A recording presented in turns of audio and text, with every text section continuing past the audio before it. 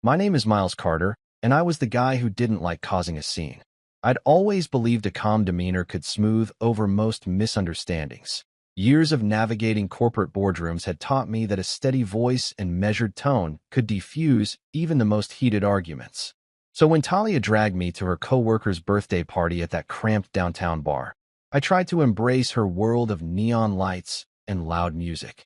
I stood by her side at the table, dressed in a button-down shirt and dark jeans, reminding myself that tonight was meant to be a celebration, not a battlefield.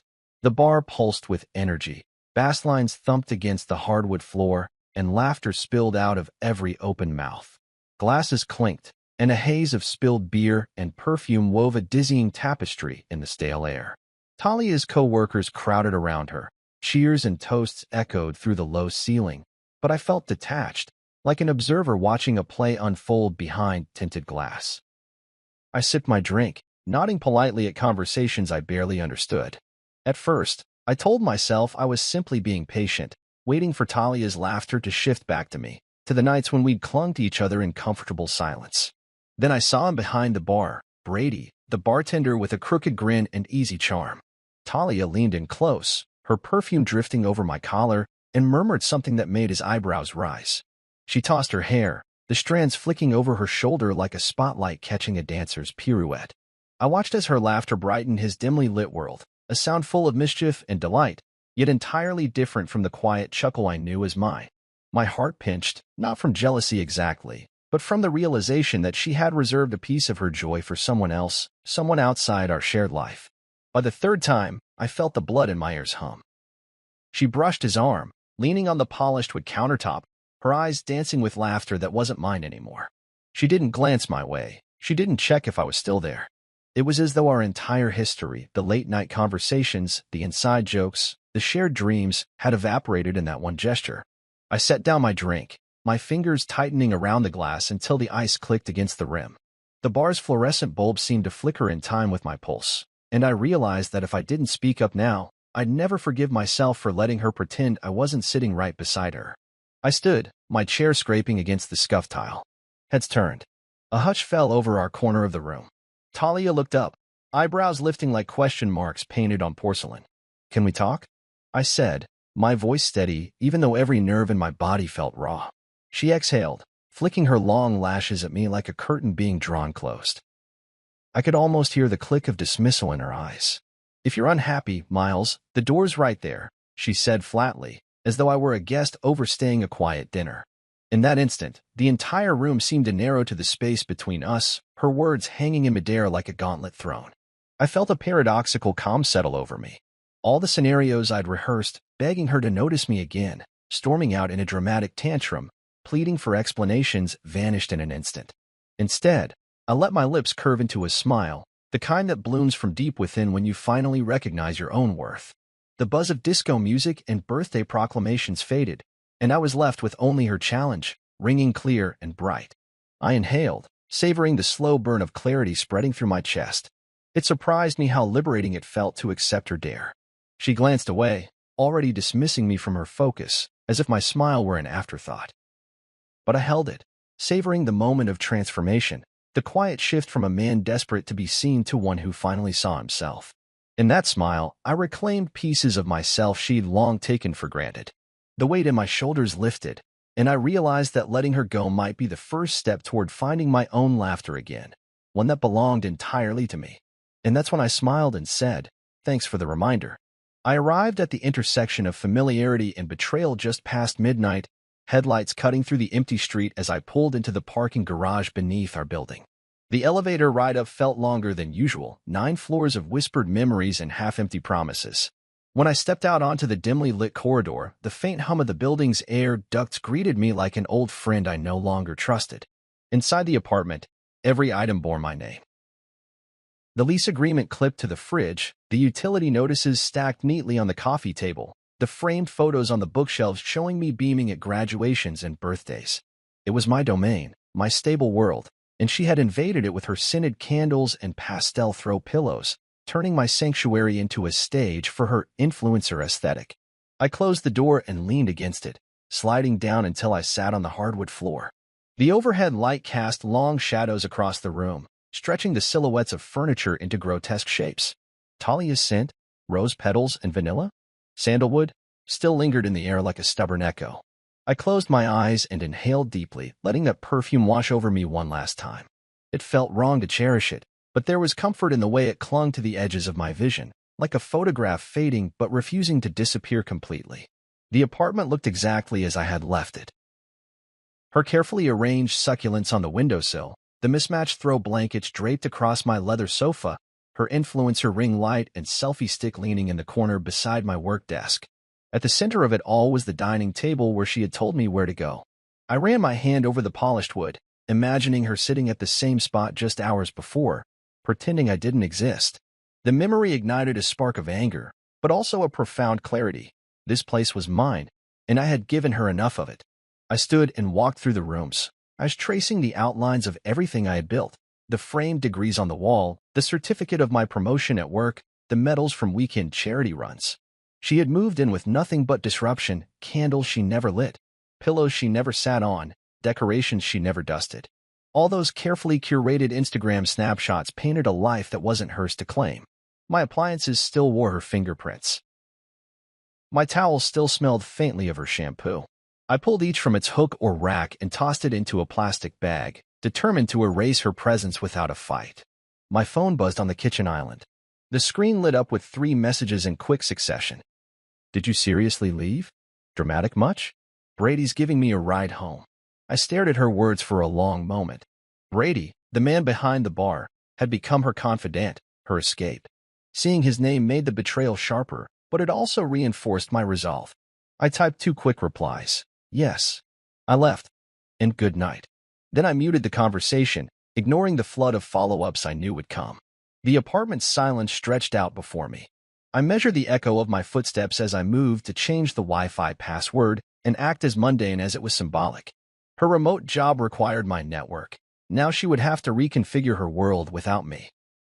I accessed the router's admin panel and input a new key, scribbling it on a sticky note that I would remove later. I closed the window, leaning back against the counter as the network disconnected. The digital tether that bound her to my life snapped, and a wave of liberation washed over me. Next came Netflix, our shared ritual on Friday nights. I logged into my account, accessed the settings, and deactivated her profile. No more binge sessions under the soft glow of the television, no more whispered commentary on plot twists. I clicked sign out of all devices and backed away, picturing the frustrated notifications popping up on her phone, the confusion turning to fury when she realized she'd been cut off. My phone chimed again, this time an email notification, the electric bill reminder. It was due in 30 days, and because she never bothered to add her name to any of the utility accounts, it would remain in mine. I pictured her scrambling for funds to cover the next cycle, a consequence I had hesitated to impose but now welcomed as an assertion of ownership. By then I had packed 1 suitcase. I didn't waste space on extra shirts or sentimental souvenirs, just my laptop, important files, a few changes of clothes, and the leather-bound journal I carried to every meeting. Each item represented a part of my life that belonged solely to me, untainted by her Instagram-perfect facade. I zipped the bag closed, feeling the weight of unspoken chapters packed neatly inside. On the kitchen counter, I found a takeout menu from the night celebration, a flimsy advertisement for neon-colored cocktails and greasy bar snacks. I turned it over and scribbled a single note in black ink. Thanks for the reminder. I used the door. Apartment covered till month's end. After that, it's you or Brady. I tapped the note flat, set it beside her now useless candle collection, and took one last look around the apartment that had been our battleground. My name was on every brick and beam. Her presence was nothing more than a temporary stain. I lifted my suitcase, shouldered it like armor, and headed for the door. As I stepped into the hallway, the corridor lights flickered overhead, guiding me away from a life that had stopped feeling like mine. I closed the door behind me and walked toward the elevator, each step echoing with promise. Outside waited the cool night air, free from scented reminders and unwanted disputes. I pressed the lobby button, and the elevator descended in silence. In that quiet journey, I felt the weight of her perfume lift, replaced by the faint hum of independence pulsing through my veins. I exhaled, ready to build a new beginning beyond these walls, one on my terms, free from compromise and cynicism, where my laughter would belong to me once more. That night, I I stopped being her emotional support system and started becoming a ghost. The moment I closed the door behind me and heard the click of the deadbolt, a quiet resolve settled over every nerve ending. I slipped out of my jacket and draped it over the back of a chair, careful not to disturb the halo of her scented candles on the table. My vision blurred for a second as I surveyed the apartment transformed into her staged playground. Throw pillows aligned like soldiers on my sofa, pastel artwork I'd never picked out perched above my fireplace, and that damn ring light standing sentinel in the corner. In the stark lamplight, it struck me how alien it all had become. This place had once been home, our shared world. Now it felt like an abandoned theater set. I crossed to the kitchen island and flipped on the countertop lamp, its soft glow illuminating the takeout menu where I'd left my note. I stretched a hand over the words and let the weight of them sink in. Apartment covered till month's end. You or Brady? I inhaled, tasting the sweet metallic tang of freedom. Tonight, I would reclaim every fragment of my life that she had turned into prompts for her endless image-making. I powered up my laptop and opened the router's admin panel, fingers flying over the keys as I changed the Wi-Fi password. With each keystroke, the tether binding her to my world slipped loose. I imagined the furious notification that would erupt on her phone when her laptop blinked and demanded the new credentials she had no right to. Smug satisfaction warmed me from the inside out. Next, I tackled our Netflix account.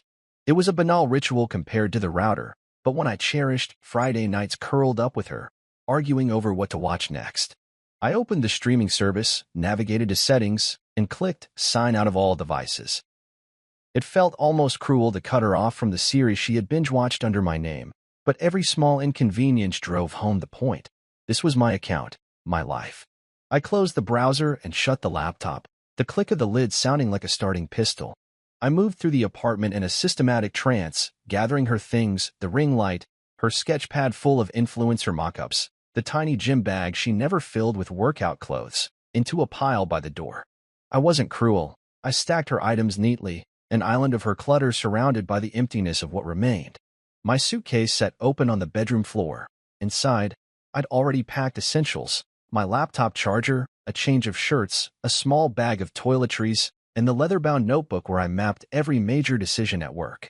It was slender but significant, a reminder of who I was before any of this began. I zipped it shut with a sense of finality. My heart thudded when I paused at the closet.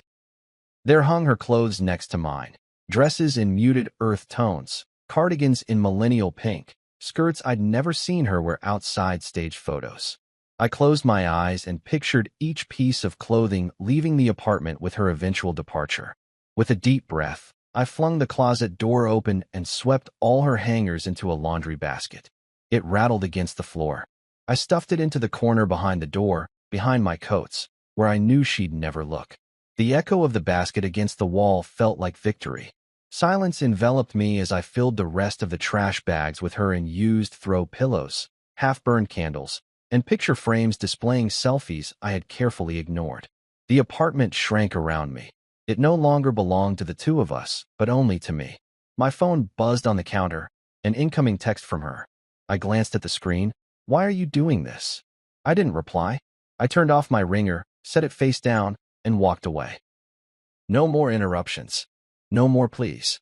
No more pretending I could soothe her insecurities or placate her ego.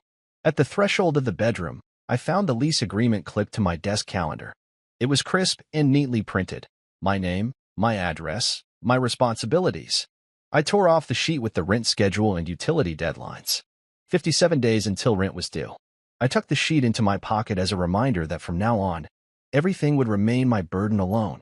I pictured her scrambling to move her name onto accounts she'd never bothered to register for. It felt cruel but fair. She had treated this apartment like a showroom, never owning so much as a single bill. The final act was a simple scribble on the back of an old delivery menu, one I kept because it bore the number of the Thai place I'd called every Friday for years. I wrote, "It's you or Brady again," an echo of my earlier note but briefer, suffused with the inevitability of my choice. I taped it to the refrigerator door. It was the last message she'd find before she realized the home she claimed was gone. When I stepped back and surveyed the empty apartment, I felt an unexpected pang of regret, not for reclaiming what was mine, but for the loss of what I'd hoped we could become. In that hollow space, I realized how little of myself I had left in this marriage. My laughter had vanished, my voice had muted, and my identity had been overshadowed by her constant need for attention. Tonight, I reclaimed the apartment, but more importantly, I reclaimed my voice. I picked up my suitcase, slung it over my shoulder, and walked through the doorway into the dimly lit hallway. The click of the door closing behind me sounded like the final page of a book I would never reread. I stepped into the elevator, descending toward the lobby and beyond, toward corporate housing where I would stay until the lease ran out. Outside, the city lights flickered like distant constellations, promising a new universe. In that moment, the weight of my decision settled, and I understood that shutting down one chapter was the only way to begin another. I turned my phone back on 3 days after I'd muted it, expecting maybe a handful of notifications, but instead was greeted by a digital avalanche: 78 missed calls, 161 unread texts, and 33 voicemails. Each one a desperate plea or accusatory demand from Talia. My thumb hovered over the green answer icon, but I forced myself to resist. Instead, I slid the slider to silence, taking a moment to steady my breath as the sheer volume of her attempts to reach me registered fully. It was one thing to change passwords and pack suitcases. It was another to confront the tidal wave of her realization that I had actually used the door she so casually pointed me toward. I unlocked the screen and opened the text thread, where her messages scrolled on forever, a litany of panic and disbelief. The first wave was confusion. "Why are you ignoring me?" she demanded. I pictured her standing in our living room, phone in hand, eyelids fluttering as she juggled empathy and indignation. Beneath that came frustration. "Where are your things? You changed the Wi-Fi. My meeting's in 10 minutes. I smirked, picturing her scrambling to rejoin the digital world she had taken for granted. Each message stung with the bite of her entitlement, as if I owed her constant access to my life. Then the tone shifted to desperation. "Please come home. You made your point. It's too quiet here without you." I could almost hear her voice cracking through the text bubbles, the desperate tremor betraying her bravado.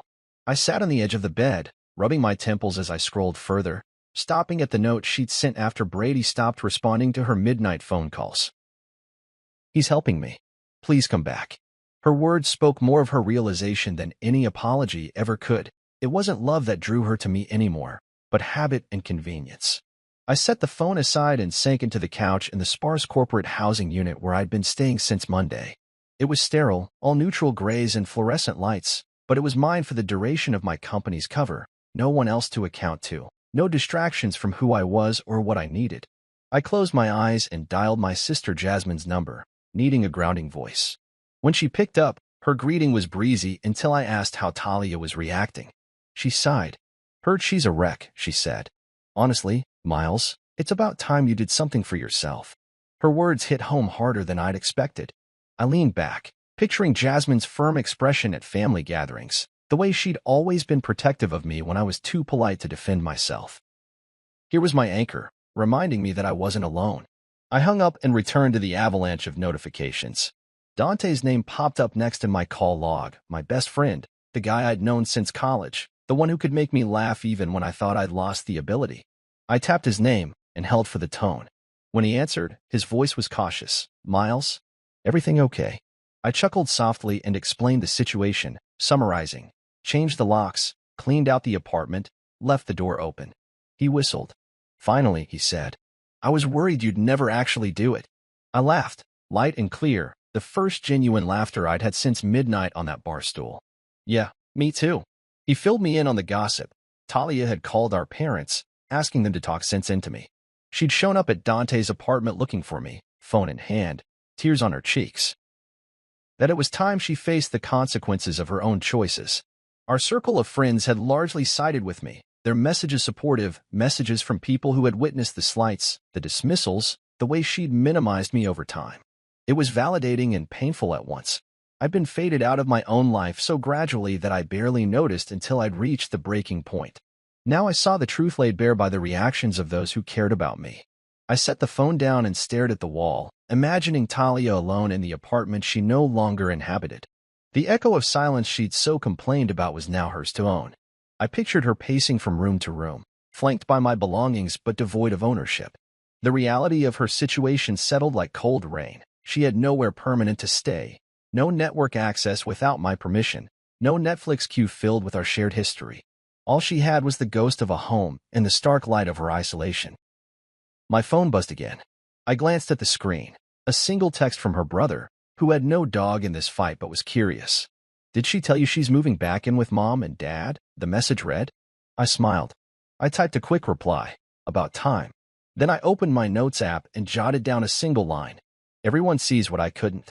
It was a reminder that sometimes the reflection of yourself in others' eyes reveals more than self-reflection ever could.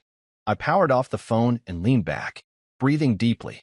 For the first time in weeks, there was a sense of calm and acceptance that I had chosen my own well-being over her convenience. The missed calls and missed texts were no longer weights dragging me back. They were the soundtrack of a life I'd outgrown. I closed my eyes, letting the silence envelop me, and allowed myself to feel the hum of autonomy resonating in my chest. I realized that sometimes letting go meant giving others the chance to miss you. And in that void, find out what they truly valued. For me, it was the beginning of reclaiming every part of myself I had lost along the way. I never imagined that the walls of my corporate housing lobby would become the battleground for the final act of our marriage, but when the morning reception buzzed with news that Talia had shown up unannounced, every instinct I'd honed in boardrooms and negotiating tables snapped to attention. I was on my way to grab coffee before the day's meetings when my phone vibrated in my pocket. "Mr. Carter, there's a Ms. Talia here. She says it's urgent." The receptionist's voice wavered just enough to betray how unprecedented this was. I paused in the hallway, staring at the polished tile floor as memories of our first argument flooded back. The quiet words, the slammed door, the tinder of resentment that had smoldered ever since. My heart hammered, but my face remained calm as I told the woman, "If she hasn't left in 3 minutes, please have security escort her out." I'd spoken too softly to be defiant, too firmly to be hesitant, and already I felt the weight of every decision that had brought me here.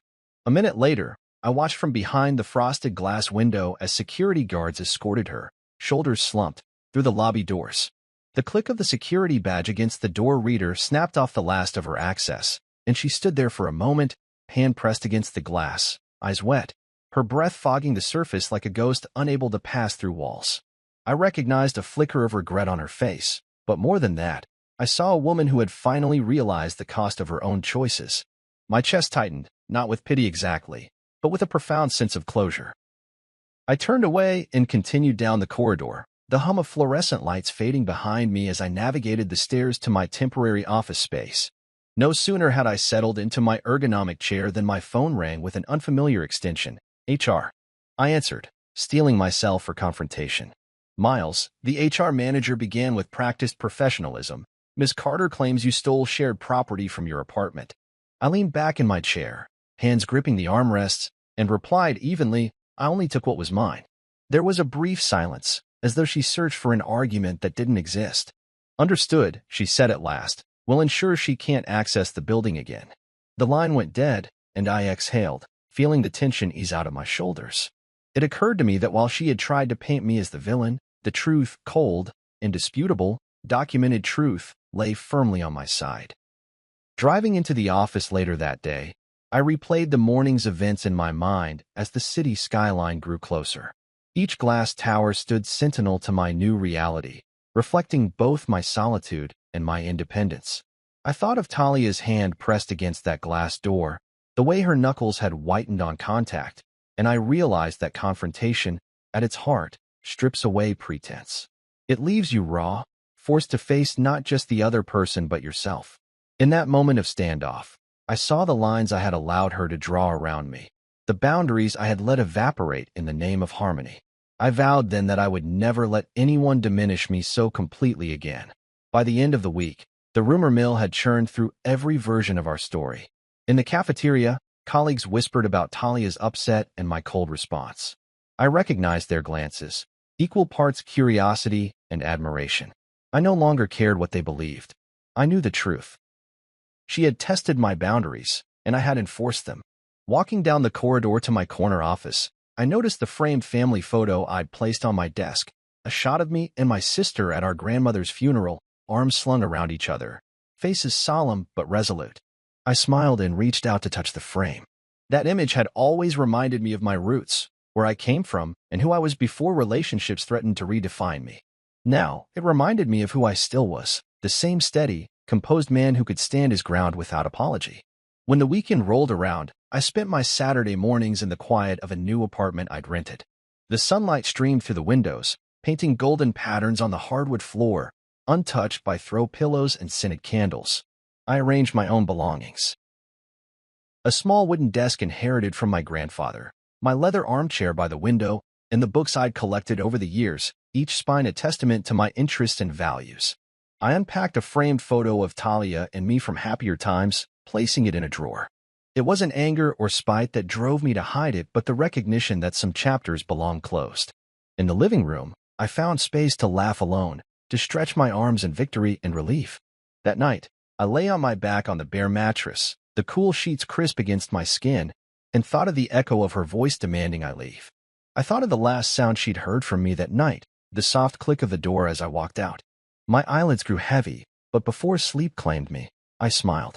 Not the small, tentative half-smile I'd worn for years to smooth over conflict, but a full, genuine one that rose from deep within. In that smile was the understanding that true strength isn't measured by avoidance of confrontation, but by the clarity of purpose you find when you stand your ground. The tension of the showdown at reception had broken something old inside me, and in its place, a quieter, stronger version of myself was born. And as I drifted into sleep, I knew with absolute certainty that I'd rather be alone with my own worth than tethered to someone who never truly saw me. The weekend after the reception showdown, I settled into my new routine, waking early to the hum of my alarm, brewing coffee in a quiet kitchen that bore only my possessions. It felt strange not to see her name on any of the mail I sifted through, but the silence was a welcome change from the clamor of our last months together. On Sunday afternoon, I decided to check my social feeds, just a cursory glance to stay connected with friends and industry news, but as soon as Instagram loaded, my heart sank. There it was. Talia's face framed in her signature pastel border, text overlaid that read, "When men abandon you after one argument, broken heart, #narcissistx. She had tagged me. Her caption dripped with performative heartbreak, a curated moment designed to rally her followers to her side. I stared at the screen, the photo of her pouting lips and glossy eyes mocking me with every pixel. My immediate instinct was to swipe past, to block and forget, but something in me insisted on reading every comment, every reaction. I scrolled down. Cheers and sympathetic hearts flooded in, underscored by hashtags like #strongwomen and #girlboss. It was exactly the display she'd become known for, turning personal drama into public spectacle. But then, amid the sea of supportive emojis, a single comment made me pause. Wait, you said you were single Friday night? Brady's name was there, unmistakable. Brady, the man whose laughter had once pierced my composure, was now the pivot on which her narrative teetered. His comment, terse and insinuating, chipped away at her carefully constructed victimhood. I felt a surge of vindication and, oddly, relief. I tapped his username, heart-thudding, but his profile was already private. He'd likely erased the evidence. I reopened her post and scrolled further. The floodgates opened. Someone called out her flirting with another mutual friend at a work mixer. Another accused her of targeting my brother's friend at last month's barbecue. There it was in black and white, a pattern far broader than that one evening at the bar.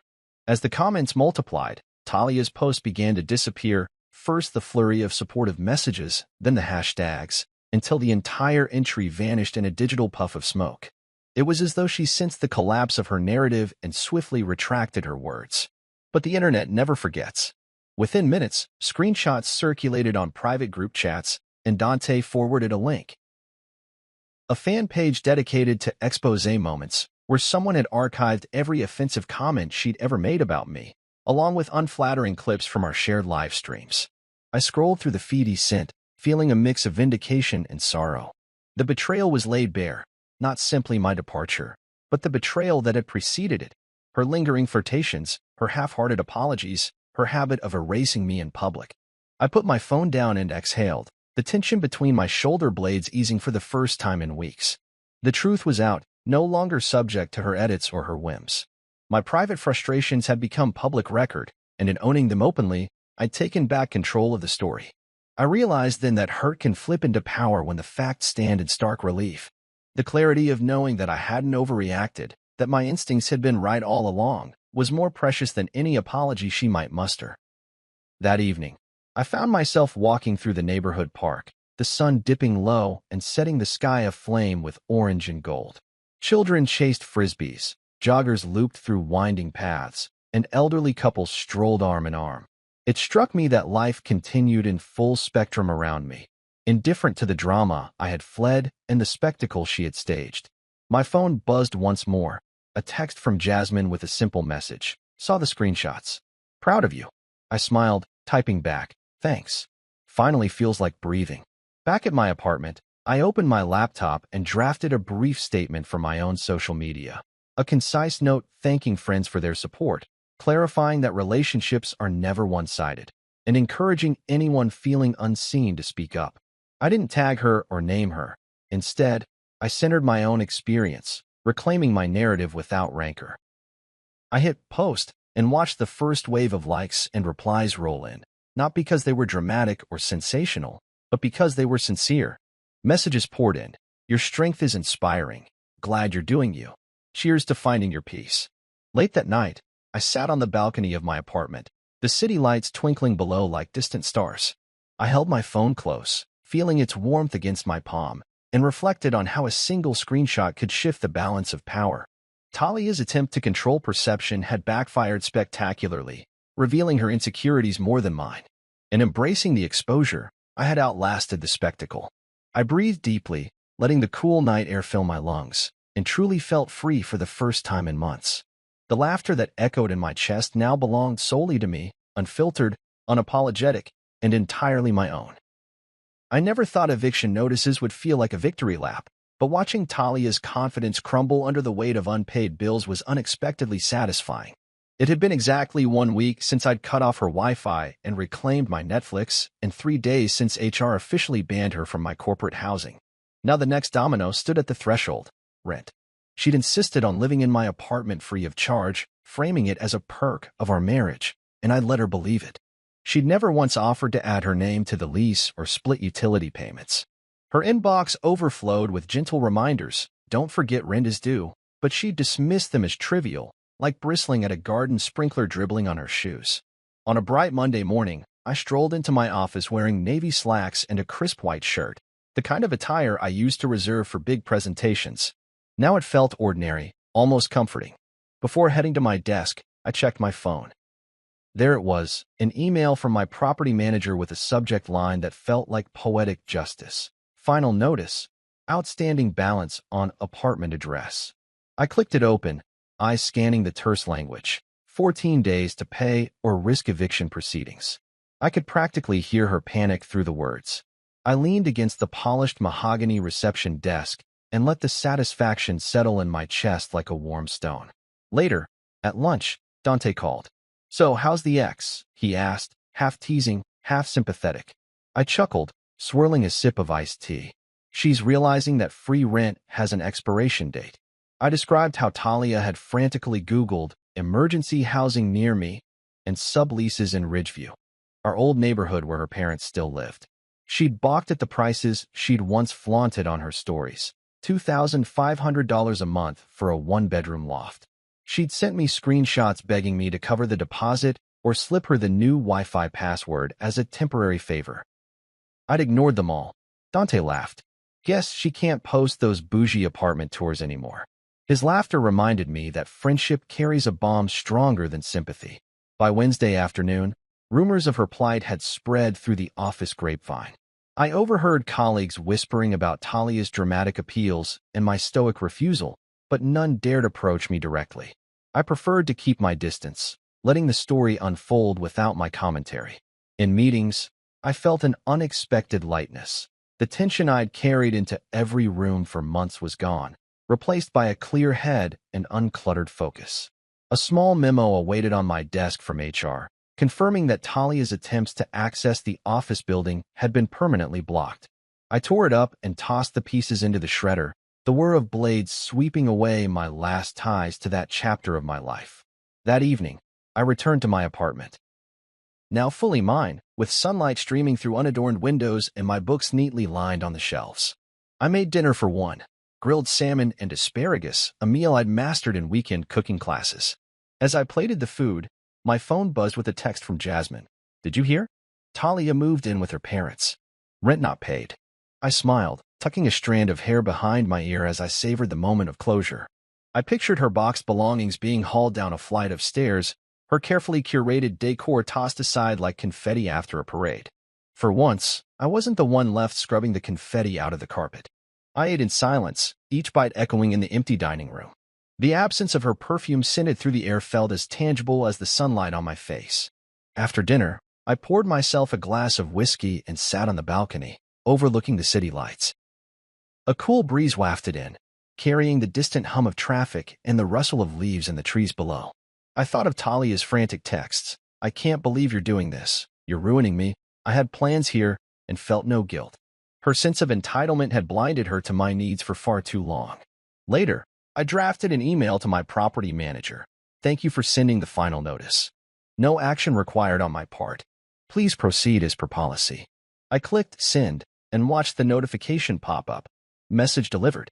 It was a small assertion of control, a statement that I would no longer rescue someone who refused to share in the responsibilities of partnership. Earlier versions of me might have offered a compromise, a payment plan, a temporary extension, but I learned that boundaries aren't negotiable. They're the lines that keep you sane in a relationship that once felt like walking on glass. Before heading to bed, I glanced at my phone one last time. No new messages from Talia.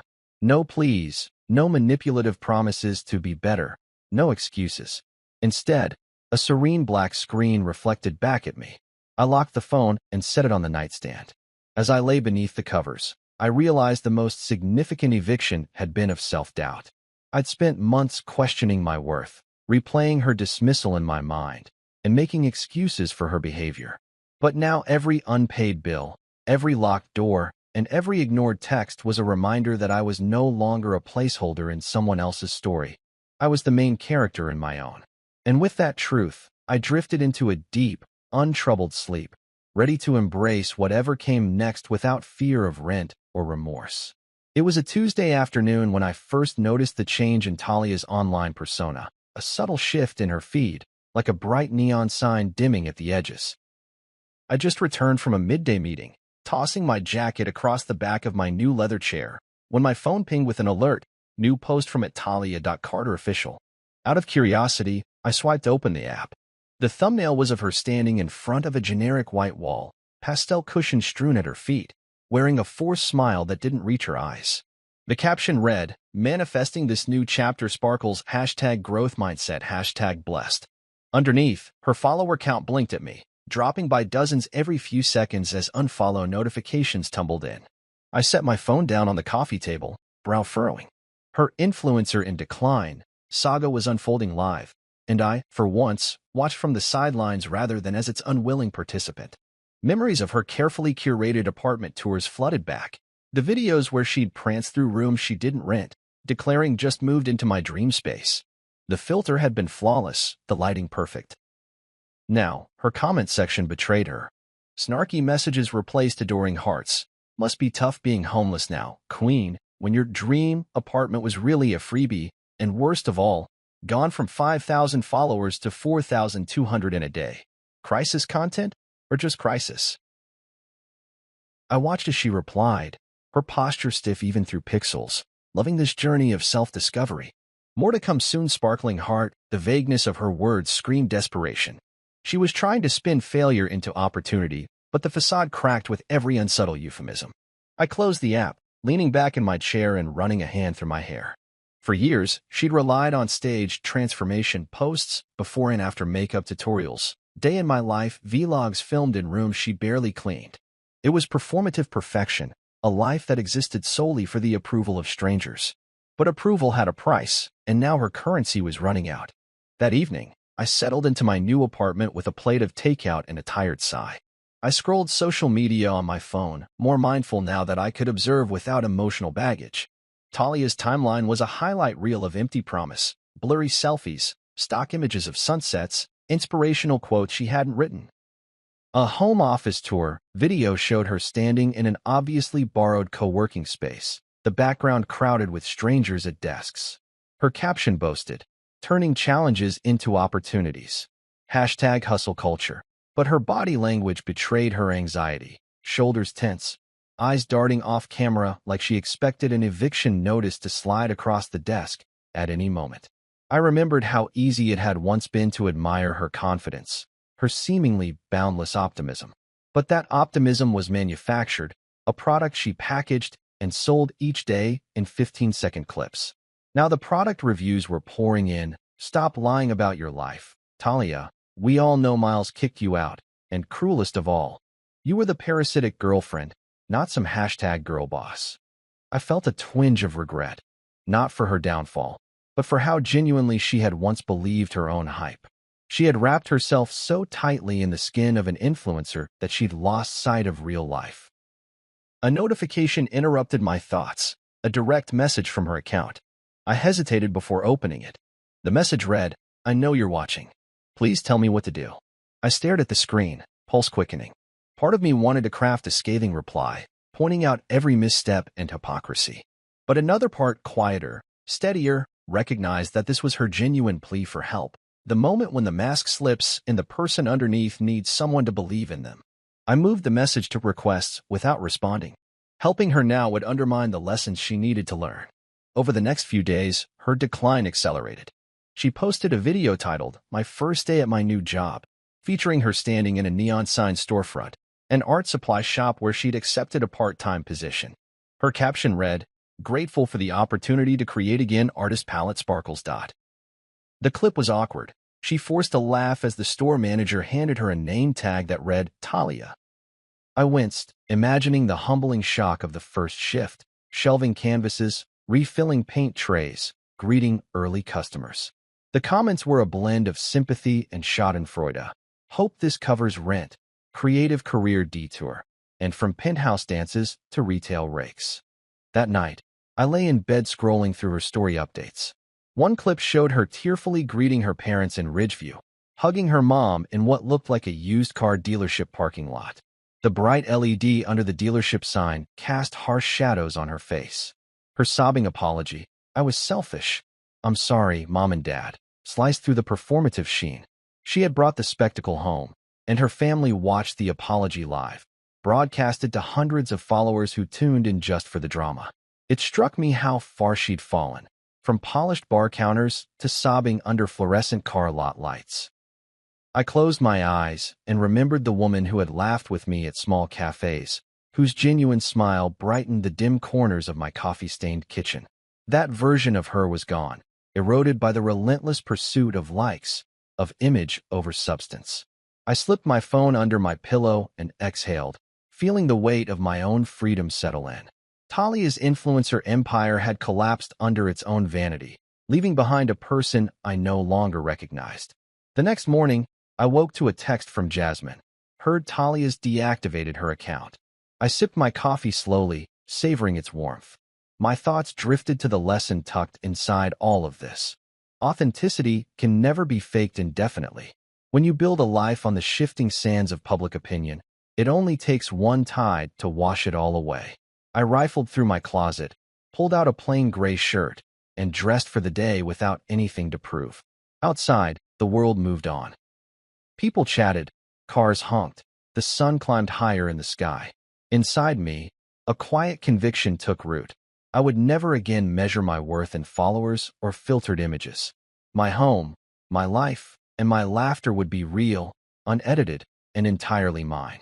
The first time I returned to our old apartment, I felt as though I was stepping into someone else's memory, a place familiar yet irreparably altered by ghosts of what once was. The moving truck had arrived early that morning. I drove past the curb, windows down, letting the spring air carry hints of flowering trees and city exhaust into my car. The building loomed before me, indifferent and unmoved, its brick facade unchanged by the storms of my personal life. I parked in my old spot, heart thudding as I grabbed the keys I'd kept on my keyring like trophies of conquest. Inside, the empty rooms echoed with silence. The hardwood floors gleamed in the morning sunlight, unmarred by throw pillows or ring lights, but dust motes danced in the beams, the only sign of life. I slipped off my shoes at the doorway and let the stillness envelop me. I had promised myself I'd clear out the rest of her belongings, everything she'd abandoned, but standing there, I hesitated. Each room held its own resonance. The living room where we'd watched movies, the kitchen where we'd shared late-night snacks, the bedroom where our pillows still wore the imprint of two people lying side by side. I set down the cardboard box labeled Talia on the coffee table. Inside were the remnants of her influencer aesthetic, a half-burned candle in a glass jar, a collection of empty smoothie bottles, a stack of coasters stamped with motivational slogans. I ran my fingers along the top edge of the box, imagining her hands touching these things as she arranged them for Instagram. My pulse quickened at the thought. I took a deep breath and lifted the box, carrying it down the hallway to the guest room. The door closed behind me with a soft click, and I set the box on the floor, determined to keep her detritus contained, out of my way. With the box out of sight, I unfolded my arms and let my gaze roam. The walls were bare now, no pastel prints, no mismatched frames. I could see every architectural detail, the crown molding where dust had gathered, the slight unevenness of the plaster beside the window, the hidden scuff marks on the baseboards. It was my home, yet it felt like an unfamiliar exhibit. I reached out and touched the light switch, flicking it on. A warm glow filled the room, and for a moment the apartment breathed again, as if waking from a long slumber. In the living room, I sank onto the leather sofa, stretching my legs out in front of me. My phone buzzed with a text from Mika, Talia's college roommate, asking if I'd heard about Talia's new arrangement. I typed back, "She's moved in with you?" and received the reply, "Yeah, she's here." Trying to learn chores 50-50. I closed my eyes and imagined Talia navigating another person's rules, another person's space, which was more than fair considering how she treated mine. My lips curved in a slow, rueful smile. I stood and began the process of reclaiming the apartment one piece at a time. I walked to the kitchen and pulled open every cabinet, wiping away a thin layer of dust with my sleeve. I found her collection of mismatched mugs, once carefully curated for aesthetic, and packed them into a box for donation.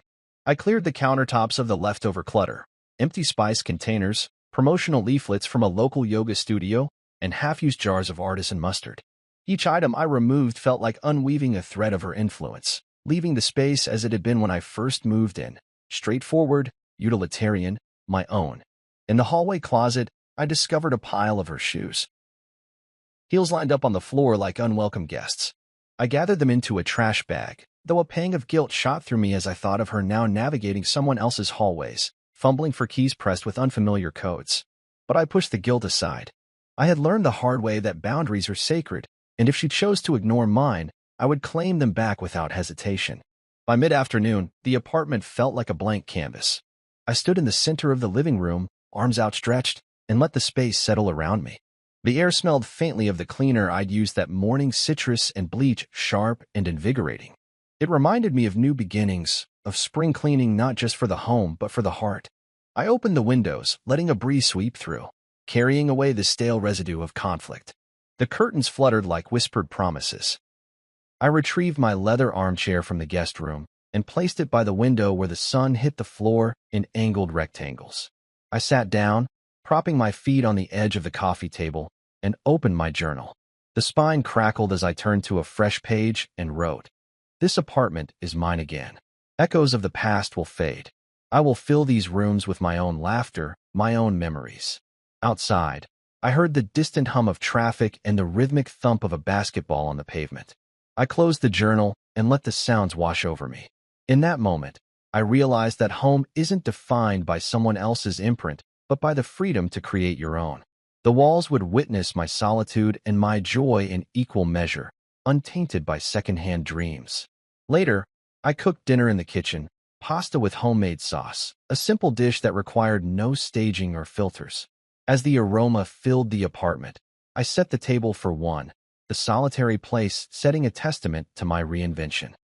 I ate slowly, savoring each bite, the room alive with light and warmth. Afterward, I washed the dishes and stacked them neatly, the sound of water against ceramic a meditation of healing. When night fell, I dimmed the lights and settled into the armchair with a glass of wine. I watched the city through the clean window pane, distant lights winking like stars in an urban galaxy. The apartment echoed with my solitude, but it was a comforting echo, a reminder that I belonged here, unclaimed by anyone but myself.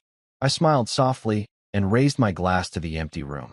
Tomorrow, I would wake and fill these walls with new memories, quiet mornings with coffee, evenings with friends, peaceful weekends spent reading in the sunlit nook. As I drifted toward sleep that night, the echoes of the apartment whispered stories of healing, resilience, and the promise of a future reclaimed. And I realized that in the silence of this space, I had finally found the resonance of my own voice. That was 3 months ago, and sometimes I still wake up expecting tension in the air or the echo of her perfume in the hallway, but the apartment greets me now with open windows and sunlight that spills across the wood floors like a promise. Mornings begin with the software of the coffee grinder I bought. No more instant pods crowding the counter, and the rich aroma of freshly ground beans filling the kitchen. I lean against the marble countertop in my favorite gray t-shirt, sipping a latte topped with cardamom foam, and scroll through the messages from friends planning brunch or a weekend hike. There's a serenity in my inbox now, invitations instead of demands, and I smile, tracing the condensation on my mug like a bookmark in this new chapter of my life. Work has taken on a different rhythm, too. I still arrive at the office dressed in navy slacks and crisp shirts, but now there's no undercurrent of resentment or unsaid obligation. My promotion went through, complete with a corner office and a substantial raise that I negotiated with confidence born from hard-won clarity. The walls are lined with framed accolades, but I keep the most meaningful mementos close at hand. A small wooden box etched with my grandmother's handwriting, a single Polaroid of me and Jasmine at her wedding, and a sleek glass paperweight engraved with our company's founding date. I catch my reflection in the window as I settle into my chair each morning and see a man who stands tall, unburdened by someone else's drama. I tap the edge of the paperweight, a reminder that this success is mine, earned, unshared, and infinitely sweeter for the honesty it represents. On weekends, I slip into comfortable jeans and a soft hoodie and head to the farmer's market downtown. I wander between stalls, selecting heirloom tomatoes and fresh basil until the vendors greet me by name, slipping handfuls of free samples into my bag. The air is crisp with early summer's edge, and I close my eyes to inhale the mingling scents of lavender from a nearby florist and sizzling empanadas from a food cart. People nod and smile, but there's no awkward tension of shared secrets. They only see me as a neighbor, a friend, someone who belongs here. I pack my groceries into a canvas tote and catch the bus back, the rhythmic clatter of wheels on pavement lulling me as I think about what's waiting at home. A simple lunch, perhaps grilled vegetables and pan-seared chicken, and the quiet satisfaction of cooking for myself. That evening, I often meet someone new for dinner, Olivia.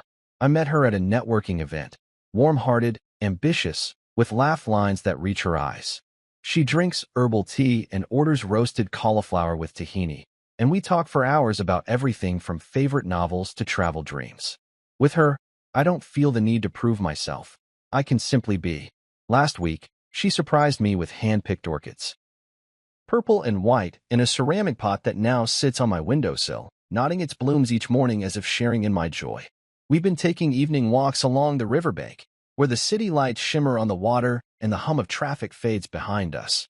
One night, she slipped her hand into mine, and I felt a rush of contentment so strong it threatened to spill into laughter. With her, I am seen and heard, and I realize that trusting someone new starts with trusting myself. On quiet nights alone, I indulge in small pleasures I'd forgotten existed. I build elaborate playlists across every genre, jazz, classical, soul, then lie back on my sofa and let the music wash over me in waves. I light a single beeswax candle and read thick novels in the soft glow, savoring each paragraph like a fine meal. Sometimes I cook for neighbors, hosting casual dinner parties where everyone brings a dish, and we trade stories over mismatched plates and clinking glasses. No one asks about my past or judges my scars. They only want to share laughter and warmth. I found that when I stopped carrying the weight of someone else's expectations, I had more space in my heart and home for genuine connection. Bills still arrive, rent, utilities, insurance, but they bear only my name now, a quiet victory lap for the boundaries I established. I pay them on time, knowing each transaction is a testament to my independence. I've even begun investing in my own place, exploring real estate listings on weekends and dreaming of a small house with a garden where I can grow herbs and vegetables. I imagine guests picking cherry tomatoes fresh from the vine and sipping margaritas at sunset on a wooden deck. It's a vision I'd once dismissed as unrealistic, but now feels not only possible but inevitable. Sometimes, late at night, I catch myself replaying her final text, "Meet me?" just once, and I wonder what she hoped to find if I'd agreed. But then I recall our meeting in that coffee shop, how she looked fragile in a baggy hoodie, how her apology trembled on her lips, and how I realized that I didn't miss the version of us that had been, only the hope that she might see me. When I chose to walk away, I embraced the pain of letting go in exchange for the freedom to be whole. In turning the key in that lock for the last time, I unlocked every door leading to who I am now. I've learned this. If someone tells you to leave when you're unhappy, sometimes the best thing you can do is actually go. It sounds simple until you live it, until you gather your suitcase in silence, change the locks, and walk into the unknown with nothing but conviction in your pocket. The hardest part is stepping through that door, but on the other side lies the discovery that the house didn't feel empty because you left. It felt empty because you were the home. And once you realize that, you understand that your laughter, your worth, and your belonging come from within, unwavering and unborrowed. Now, as I sit on my balcony and watch the sun dip below the skyline, glass of wine in hand and a gentle breeze at my back, I feel a peace so profound it hums in my bones. The city's lights blink on like a field of fireflies, and I raise my glass in a silent toast to transformation. Life is richer, quieter, and infinitely more authentic on this side of the door. I take a slow sip and smile, knowing that every boundary I set, every step I took away, led me to a place where happiness isn't a fleeting performance, but a steady flame burning bright in the heart of who I've become.